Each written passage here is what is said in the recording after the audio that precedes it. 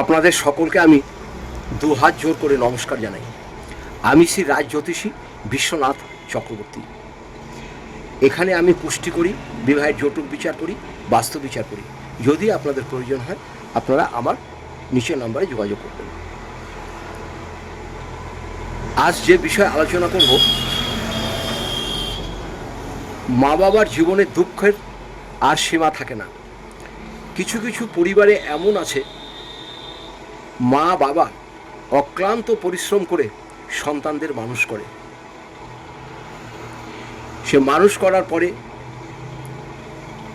তারা চাকরি পায়, বড় ব্যবসা করে, সংসার করে, তারপরে যেন মা বাবাকে এত অবহেলা করে। কিছু কিছু পরিবারে দেখা যায় মা বাবার স্থান হয় বৃদ্ধাশ্রমে, মা বাবার স্থান হয় অন্য জায়গায়, তারা রাস্তায় ভিক্ষা করে। আপনাদের আমি অনুরোধ করে বলবো, আপনার যে ঘরেই জন্ম হয়েছে না কেন, আপনাকে ভাবতে হবে ঈশ্বর আপনাকে সৃষ্টি করেছে। যে ঘরে জন্মগ্রহণ আপনার হয়েছে, মা বাবাই সব থেকে আপনার গুরুজন ব্যক্তি। মা বাবাকে যদি আপনি সেবা যত্ন করেন, মা বাবাকে ভক্তি করেন, মা বাবার পাশে সবসময় থাকেন, দেখবেন সেই সব সন্তানের কোনো দিন কোনো কাজ আটকে থাকে না, অভাব হয় না এবং সুখ শান্তিতে জীবনযাপন করে। আপনার যখন জন্ম হয়েছে এই ঘরে, আপনি জানবেন আগের জন্মের কিছু ঋণ আপনার ছিল, সেই ঋণ পরিশোধ করার জন্য ঈশ্বর আপনাকে এই ঘরেই পাঠিয়েছে।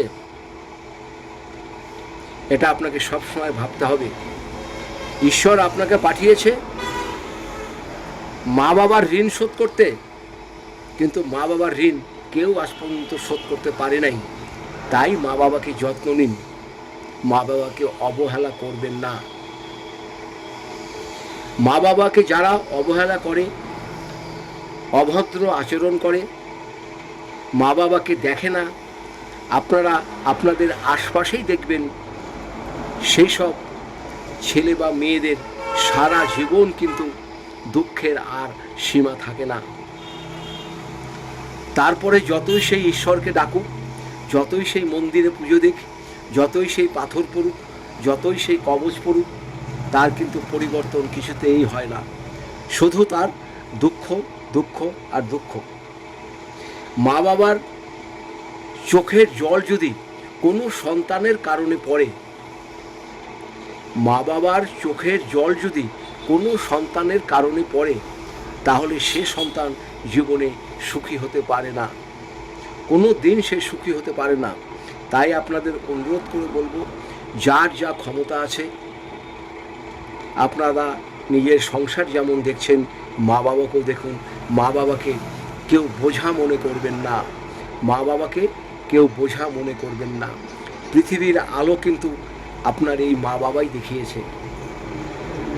মা বাবা যেদিন চলে যাবে, সেদিন কিন্তু মনে রাখবেন আপনার মাথার উপর যে ছায়াটা ছিল, একটি বটগাছ ছিল, সেটা ভেঙে গেল।